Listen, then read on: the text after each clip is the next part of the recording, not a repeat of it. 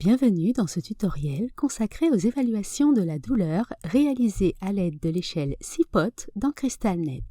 Pour une compréhension optimale, nous vous invitons à visionner le tutoriel Données cliniques centralisées, présentation générale. L'échelle d'évaluation de la douleur CPOT est un outil qui permet d'évaluer le niveau de douleur d'un usager dans un contexte de soins critiques. Dans ce tutoriel, vous apprendrez à consulter les évaluations de la douleur réalisées avec l'échelle CPOT, ajouter des évaluations. Dans l'onglet Tableau de bord du détail de l'usager, vous verrez s'afficher la tuile Évaluation de la douleur. Deux outils d'évaluation de la douleur sont disponibles dans CrystalNet, le questionnaire PQRST-UI et l'échelle CPOT. Dans cette tuile s'affichent uniquement les évaluations de l'un de ces outils, soit celui qui a été utilisé le plus récemment pour l'usager. De plus, seules les évaluations réalisées au cours des 365 derniers jours peuvent s'afficher dans cette tuile. Si la dernière évaluation de l'usager a été réalisée avec l'échelle CPOT, c'est cette évaluation qui s'affiche. La date et l'heure de l'évaluation, l'état de l'usager, ventilé ou non ventilé, ainsi que le résultat de l'échelle CPOT, sur un total de 8, sont indiqués. Pour consulter le détail des évaluations, cliquez sur le libellé « Échelle CPOT ». Chacune de ces colonnes du tableau représente un critère de l'échelle CPOT servant à évaluer la douleur de l'usager.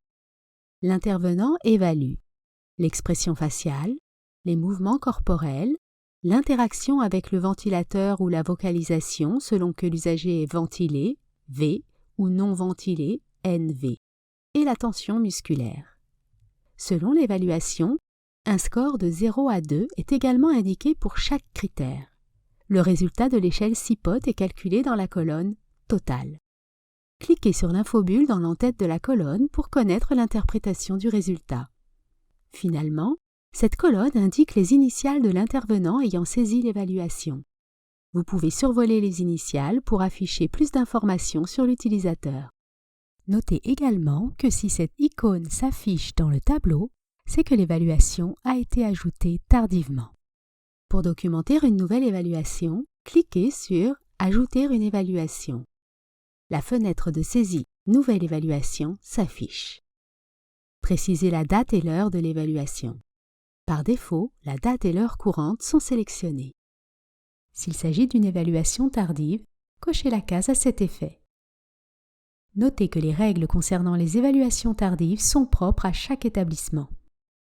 Indiquez ensuite si l'usager est ventilé ou non ventilé. Les critères s'affichent selon le choix effectué. Si l'usager est ventilé, l'intervenant devra évaluer son interaction avec le ventilateur, alors que s'il est non ventilé, c'est la vocalisation qui devra être évaluée. Sélectionnez la valeur qui correspond le mieux à l'état de l'usager pour chacun des critères de l'échelle CPOT affichée. Le score associé à chaque choix s'affiche dans la liste déroulante. Cliquez sur « Enregistrer » pour valider cette nouvelle évaluation ou sur « Annuler » pour annuler la saisie. Le résultat de l'évaluation est calculé automatiquement et s'affiche dans la colonne « Total ». Ceci conclut le tutoriel portant sur l'évaluation de la douleur à l'aide de l'échelle CPOT dans CrystalNet. N'hésitez pas à consulter notre base de connaissances pour en savoir davantage sur les diverses fonctionnalités de CrystalNet. Nous vous invitons également à visionner nos autres tutoriels, disponibles à la fois sur notre chaîne YouTube, sur notre site web et sur notre base de connaissances.